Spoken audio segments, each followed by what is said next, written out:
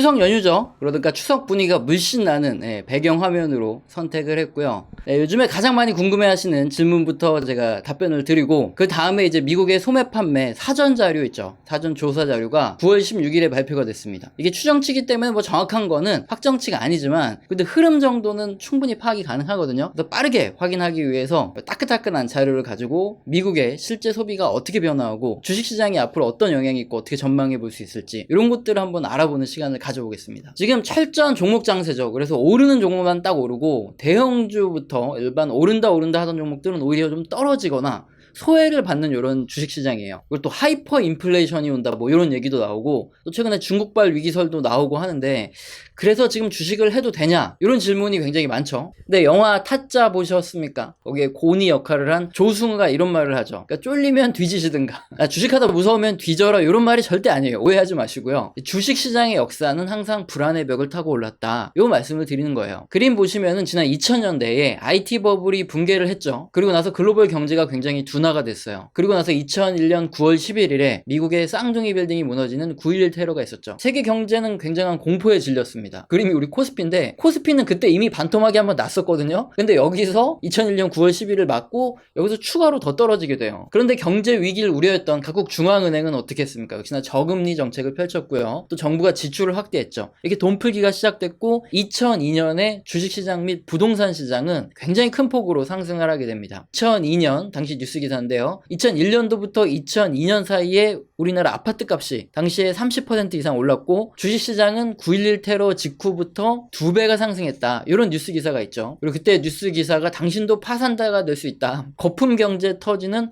경고음 시작된다, 뭐 이런 뉴스 기사인데, 실제로 차트 보시면 2002년 중순부터 주식시장이 다시 반토막으로 떨어져요. 이유는 이게 뭐 뉴스 기사처럼 단순하게 무슨 뭐 버블 경제가 터지고 돈이 너무 많이 풀려서 사람들이 너나 할 것 없이 돈을 흥청망청 썼다, 이것 때문이 아니라 미국의 기업 월드컴의 회계 부정이 터졌기 때문이에요. 월드컵이 아니라 월드컴입니다. 당시에 글로벌 투자자들이 더 이상 이제 미국 기업들은 신뢰를 할 수가 없다, 이러면서 주식을 빠르게 처분했고요. 근데 미국도 그러는 판국에 하물며 우리나라 같은 당시 신흥국은 더욱더 믿을 수 없다 이러면서 글로벌 자금이 신흥국에선 더 많이 빠져나갔죠. 그러면서 이제 우리나라 주식시장이 2002년에 이렇게 반토막이 났는데, 지금 생각해보면은 미국 기업을 못 믿겠다면서 글로벌 투자자들이 미국 주식을 판다?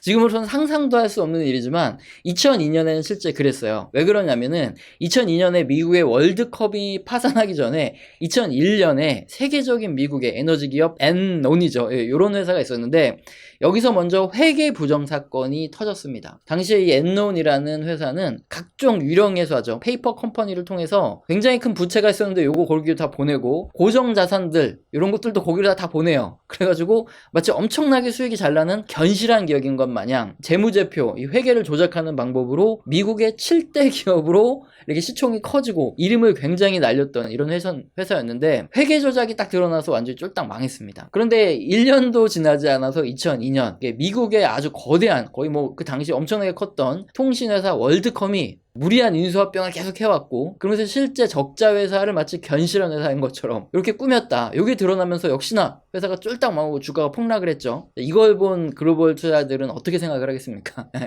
미국은 진짜 회계 조작이 너무 심하다, 못 믿을 나라다, 이러면서 서로 미국에서 주식에 자금을 빼가지고 현금화를 했죠. 신흥국들은 더 믿을 수 없다, 미국 빼는 김에 다 같이 빼자 해가지고 당시 2002년에 완전히 뭐 더블딥처럼 이렇게 주가가 2배가 올라갔다가 똑 떨어졌던 이런 일이 있습니다. 뉴스 기사 보시면 미국 기업의 신뢰 추락, 세계 증시 휘청, 이게 2002년에 있었던 일이죠. 실제 2003년에는 글로벌 경제가 다시 좀 살아났죠. 그리고 또 미국에서도 이제 법을 개정해서 미국 기업들의 신뢰를 다시 찾으면서 미국 주식시장도 회복을 했고요. 그래서 2004년까지 다시 주가가 또 2배가 오르는, 그 당시에 이제 주식 투자자들의 심장을 아주 쫄깃하게 만드는 짜릿하고 다이내믹한 주식시장이 펼쳐졌었죠. 그러면 이제 뭐 2008년 금융위기까지 순탄하게 계속 주가가 올랐냐? 아닙니다. 2배가 올랐던 2004년 말에 또 미국, 중국이 금리 인상을 했어요. 그리고 유가도 또 확 올라가면서 아시아 증시가 뉴스 기사처럼 일제히 급락을 합니다. 그래서 지수가 고점 대비 또 30%가 빠져요.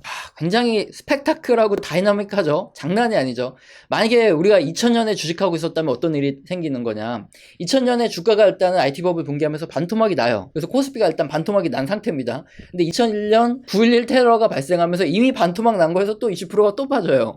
그 다음에 2002년 중순까지 돈풀기가 되면서 거기서 주가가 다시 2배로 팍 튀어오르죠. 그리고 나서 갑자기 또 2003년 중순까지 주가가 다시 또 반토막이 납니다. 그랬다가 2003년 중순부터 다시 2004년까지 주가가 다시 2배로 치솟아 오르고 2004년 중순에 또 30%가 쪽 빠집니다. 이게 무슨 코넥스 시장도 아니고 비상장 주식이 아니에요. 북한 주식 시장도 아니고 2000년 초 당시 우리나라 코스피의 움직임이 이랬다 이겁니다. 이렇게 스펙타클하잖아요. 그러면은 진짜 언제 또 빠질지 모르고 그때 뭐 정확하게 저점에 잡고 고점에 팔고 이런 사람들이 있을까요? 언제 빠질지 모르고 그냥 불안해서 주식 못하겠다 이렇게 고민하다가 다 팔아치우고 안전하고 맘 편한 은행으로 가신 분들 어떻게 되셨을까요? 차트는 2004년 저점에서부터 2007년까지 이 차트인데 그 당시에 코스피가 4배가 오릅니다. 그러니까 주식시장이 흔들리고 불안하다. 그래서 주식시장을 떠나면 행복만이 기다리고 있을 것 같지만 이게 2000년대 초처럼 글로벌 경제가 이제 회복하고 성장하는 구간에 정말 섣부르게 주식시장을 공포에 질려서 떠나잖아요. 그러면 그때 그냥 존버할 걸 하면서 후회하면서 배가 아파서 죽을지도 모른다 이거죠. 마음은 편한데 배가 아파요. 그러면 이번 코로나 폭락 이전에 주식시장이 폭락했던 가장 가까운 예가 바로 2008년 금융위기죠. 금융위기가 시작되고 그 다음에 2009년 이때부터 저점을 찍고 반등을 했죠. 그때 QE1에서 2가 나오면서 막대한 돈풀기가 나왔죠. 그러면서 2011년까지 주식시장은 뭐 거의 더블로 급반등을 합니다. 근데 이제 2011년 말쯤에 고점 대비 한 30% 정도 주가가 폭락을 했죠. 근데 이유는 뭘까요? 다들 기억하시는 대로 피그스 국가를 중심으로 한 유럽의 재정위기 때문이었습니다. 그런데 이 코스피 차트만 보면 2012년부터는 이제 박스피가 시작됐구나. 그래서 뭐 주식 투자에도 별 재미 없었겠네. 그러면은 2012년처럼 주식시장이 급반등하고 고점 찍고 뭔가 불안불안하게 떨어진다. 이런 주식시장에서는 그냥 주식 다 팔고 은행에 넣어두는 것이 낫지 않습니까? 이렇게 말씀하실 수 있는데 이 차트 보면 틀리죠. 신흥국 증시만 불안불안했지 미국 증시는 어떻게 됐습니까? 2012년 유럽 위기 이후에 이때부터 최근까지 3배가 넘게 올랐죠. 유럽 및 일본 증시 또한 뭐 다 2배 이상 다 올랐어요. 이렇게 선진국의 중앙은행이 찍어낸 막대한 유동성이 선진국 증시로만 유입이 되면서 엄청난 주가 상승을 만들어냈죠. 마찬가지로 2012년은 유럽 재정위기가 있었지만 그 당시에도 금리 인상도 시작하기 전이었죠. 테이퍼링 이야기가 나온 게 2013년이니까 2012년에는 당시에 경제가 회복하고 성장하는 요 단계였죠. 마찬가지입니다. 이렇게 경제가 회복 성장하는 단계에서 주식시장이 굉장히 불안하고 악재가 겹쳐가지고 잘못하면 어떻게 될지 모른다 이런 불안감에 만약에 2012년에 주식 다 팔고 맘 편하게 안전한 은행으로 갔으면은 역시나 미국 주식시장 올라가는 거 보고 배가 아파가지고 잠을 못 자겠죠. 이게 이 단기적인 뉴스 이런 것만 막 말씀하시는 분들 굉장히 많죠. 이게 단기적인 흐름에 매몰될 수가 있어요. 그래서 큰 흐름을 봐야 되는 이유입니다. 우리 채널은 고품격 주식 재테크 전문 채널이기 때문에 항상 이 영상을 시작할 때 먼저 이 빅픽처죠. 큰 흐름을 먼저 설명드리는 게 바로 이 부분을 놓치지 말자 이거죠. 지금이 어떻습니까? 이렇게 역사를 살펴보니까 확실해지실 텐데 코로나 침체로 폭락한 이후에 이제 경기가 빠르게 회복하고 아직 테이퍼링은 시작도 안 했어요. 그리고 금리 인상은 아직 더더욱 시작도 안 한 단계죠. 이렇게 실물 경제가 회복 및 이 성장의 구간에 이렇게 어디쯤에 위치해 있는 겁니다. 그러니까 이제 경제가 굉장히 호황을 구가하고 금리가 계속 올라서 채권 금리 그리고 주식시장의 기대 수익률을 이렇게 비교해 봤을 때 어떤 게 더 높은지 모르겠다 싶을 정도로 뭐 주식시장이 과열됐다거나 금리가 높은 이런 시장이 아니라는 거죠. 만약에 우리가 주식을 불안해서 다 팔고 이게 은행으로 넘어가잖아요. 그러면서 이제 우리 떨어져라 폭락만 하면 다 주워 담게 이런 생각하고 있으면은 실제로 뭐 폭락할 수도 있겠죠. 근데 어떤 일이 주로 많이 생기냐면 뭔가 기다리는 조정은 잘 안 와요. 뭔가 경제가 회복이 둔화될 것 같고 뭔가 안 좋아질 것 같다 싶으면 각국 중앙은행들이 정말 말도 안 되는 돈풀기를 시작을 합니다. 그래서 주식시장을 미친듯이 갑자기 끌어올려요. 사실 이번 코로나 침체 때도 그랬죠. 뭐 엄청난 양의 돈을 풀었고 지난 2012년 6월달 재정위기 때 어땠냐 하면은 그 당시에도 인플레이션이 너무 심했어요. 이미 돈풀기를 많이 해서 여기서 돈 더 풀면 하이퍼 인플레이션이 온다 이런 우려가 굉장히 컸음에도 불구하고 2012년 9월 30일에 미연준이 매달 400억 달러의 MBS죠. 주택담보부 채권을 추가로 사들인다. 여기서 이렇게 결정을 했습니다. 그래서 돈을 더 풀었고 그리고 2012년 12월에 또 여기서 450억 달러 추가해서 매달 850억 달러 더 사겠다 이러는 3차 양적 완화를 또 시작을 하게 됐죠. 그리고 원래는 2014년 말에 기준금리 올리겠다 얘기를 했었는데 6개월 연장해서 2015년 중순에 올리겠다 이렇게 밝히기도 했습니다. 그 결과 차트 보면 어떤가요? 유럽발 재정위기에도 불구하고 미국 주식시장 보시면 2012년 잠깐 눌렸다가 엄청난 속도로 상승을 하기 시작하죠. 그래서 2012년 2008년에 막 불안하다고 주식 팔고 그랬던 사람들은 진짜 땅을 치고 후회하겠죠. 이렇게 주가가 막 올라가는데 따라서 살 수 있을까요? 절대 못 삽니다. 네. IT 버블 붕괴 이후에 2002년부터 저점 찍고 빠르게 회복했던 구간 이후에 2008년 금융위기에 2009년에 들어서면서부터 빠르게 반등 장세가 지나간 이후에 그 다음에 고점을 터치하고 났다. 그 다음에 주식시장 어떻습니까? 대부분 다 일정 기간 동안은 일시적인 약간 소강 상태, 그러니까 주가가 잘 올라가지 않거나 아니면 주가가 횡보 등락하는 이런 상태가 이제 있죠. 예. 우리 코스피는 뭐 극명하고 미국 주식시장도 마찬가지예요. 차트 보시면 2012년 이후 한동안은 미국 주식시장도 상승 속도가 굉장히 크게 떨어지는 동일한 현상이 발생을 하죠. 그 이후에 물론 상승을 크게 했는데 앞으로 주식시장도 이거랑 크게 다르진 않겠죠. 코로나 이후에 급반등장을 지금 지나왔잖아요. 그러니까 상승의 속도는 당연히 좀 현저히 느려질 수도 있고 횡보 등락장이 펼쳐질 수도 있고 뭐 박스권 움직임 구간이 뭐 일정 기간 나타날 수도 있습니다. 그럼에도 불구하고 과거 역사적인 주식시장은 경제가 회복하고 상승하는 구간에서는 결국에 중장기적으로 우상향하는 흐름이 역사적으로 계속 반복적으로 나타났다는 거예요. 그러면 지금도 마찬가지죠. 이 구간이 어느 정도 지나가고 나면은 당연히 중장기적으로 우상향을 할 텐데, 그런데 문제는 정확하게 제가 무슨 신이라서 요 시점 되면은 바로 반등합니다. 요걸 안다. 정확히 그 시점까지 맞춘다. 그러면 제가 이 짓거리 안 하죠. 선물 옵션 몰빵 투자하겠죠. 그러니까 신이 아니기 때문에 그 시점까지는 정확히 못 맞춘다는 거예요. 그러니까 우리가 주식시장을 떠나면 안 되는 거죠. 주식 다 팔고 은행으로 넘어가서 막 주가 떨어져라 막 정한수 떠놓고 빌고 뭐 어쩌고 저쩌고 해도 그냥 내가 판 시점부터 그 다음날 몇 달 있다가 급등해버리기 시작할 수도 있다는 거죠. 그래서 결론적으로 지금은 실물 경제가 회복하고 성장하는 단계죠. 그래서 아직 테이퍼링 뭐 금리 인상도 시작을 안 했어요. 그렇기 때문에 주식시장은 뭐 일정 구간, 지금 상승 속도가 좀 둔화될 수도 있는 이런 구간인데, 역사적으로 봤을 때도 그렇고 중장기적으로 우상향 흐름을 지속할 가능성이 높다. 그래서 아직 주식시장에 섣부르게 나가지 마라, 이런 건데, 명절이죠. 그래서 이제 친척들 보시고 할 텐데, 아니면 친구들 만나거나 할 텐데, 꼭 이런데 주식한다 그러면 야, 올라갈 만한 주식 있으면은 하나 좀 알려달라, 몰래 좀 알려달라, 꼭 이런 애들이 있어요. 그래서 이제 자기가 생각했을 때 요거는 좀 괜찮겠다 싶어서 알려주면은 한 2, 3일 있다가 갑자기 전화가 와요. 야, 이거 언제 올라가? 좀 이렇게 천천히 좀 기다려, 이러면은 한 이틀, 3일 있다가 또 전화가 와요. 야, 언제 올라가? 그러면 이제 약간 좀 짜증이 나죠. 좀 기다려라, 느긋하게. 그러면은 한 일주일 동안은 좀 잠잠하다가 갑자기 일주일 지나서 전화가 와요. 야, 폭락하는데 이거 어떻게 해야 돼? 야, 그래서 몇 프로 빠졌는데? 그러면 지금 한 3% 빠졌나? 막 이래요. 완전히 열불 나죠. 그러면서 잘못하면 절교를 해야 되나 이놈이랑, 막 이런 생각까지 하게 되는데, 친척이면은 이제 당분간 연락을 끊을까? 막 이런 생각까지 하게 되는데, 이렇게 명절에 질문하는 친구들이 원하는 건 뭐냐면은 원금 보장이 되면서 뭐 연에 한 30% 정도 수익 날 만한 이런 주식 없냐, 그리고 여기에 추가로 하나 더, 네가 말해주고 난 다음날부터 이제 상한가는 아니더라도 꾸준히 매일매일 올라주는 종목 그런 거 없냐, 이런 걸 물어보는 거거든요. 그래서 이번 명절에 친구나 아니면 친척 만났는데 뭐 종목 물어본다 그러면 절대 알려주면 안 됩니다. 잘못하면은 이제 인연을 끊어야 될 수도 있기 때문에 이거 굉장히 주의하셔야 되고요. 명절에만 있는 게 아니라 유튜브 찍고 나도 꼭 그런 애들 분명히 있어요. 오늘 영상 올리고 나면은 뭐 하루 이틀 있다가 댓글 한번 보시면 주식시장 오른다면서 언제 올라요? 뭐 종목 언제 올라요? 이런 애들 항상 있습니다. 일단 뭐 그런 친구들은 그냥 이제 주식이랑 잘 안 맞을 수 있으니까 CMA에다 넣어 놓으시면 이제 매일매일 꾸준히 이자가 붙기 때문에 CMA 쪽을 조금 알아보시는 게. 자, 이제 미국 소매 판매 조사 자료, 이게 9월 16일 이게 나왔는데, 앞에서 너무 오래 짓거렸더니 하기가 싫어요 지금. 그래도 일단은 해야 되니까 여러분도 좀 지겨울 수 있는데 빨리 끝내드릴 테니까 한번 들어보세요. 굉장히 중요한 내용이니까.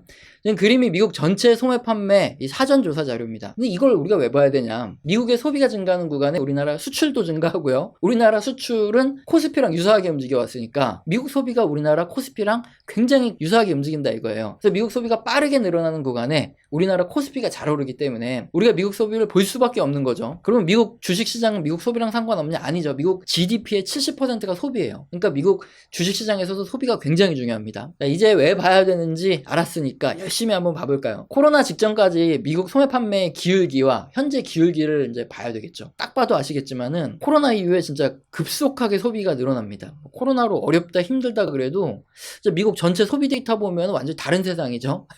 매달 미국의 소비 금액이 계속 증가를 하는데 코로나 직전까지는 한 15도? 이 정도로 천천히 기울기가 천천히 증가했던 것 같은데, 코로나 직후부터 거의 뭐 45도 각도로 확 증가를 합니다, 소비가. 이 정도로 소비가 증가하면 기업의 매출도 굉장히 크게 늘어났겠죠. 그러니까 뭐 당연히 돈 푼 거 외에도 기업들의 실적이 이렇게 좋아지니까 주가가 상승률이 높을 수밖에 없는 거죠. 그러면 우리나라 수출은 어떠냐? 차트 보시면 박스 친 부분 있죠. 2018년부터 미중 무역 분쟁으로 수출이 계속 감소하고 있었어요. 그러다가 완전히 이제 잘못하면 이제 코스피 마탱이 가는 거 아니냐 하다가 코로나 때문에 그림처럼 우리나라 수출이 수직으로 엄청나게 많이 증가를 합니다. 그러면은 수출이랑 코스피랑 같이 움직인 다음에 코스피 움직임도 한번 보시면 똑같죠. 수출하고 완전히 같습니다. 미중 무역 분쟁으로 2018년부터 코스피가 이렇게 슬슬 흘러내리면서 마탱이가 가고 있었어요. 그러다가 코로나 이후에 수출이 수직으로 급등하는 이때 코스피도 정말 수직으로 급등을 하죠. 기가 막히죠. 일단 여기서 우리가 두 가지를 알 수 있어요. 일단 미국, 중국이 다시 또 이제 코로나 좀 지나니까 미중 무역 분쟁 어쩌고 저쩌고 하면서 그러면서 또 미국이 중국에 대한 수출을 만약에 줄이면 우리나라 수출도 감소를 합니다.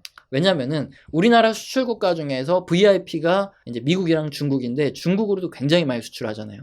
중국으로 중간재가 수출이 되면 얘네들이 요걸 또 뭔가 만들어요.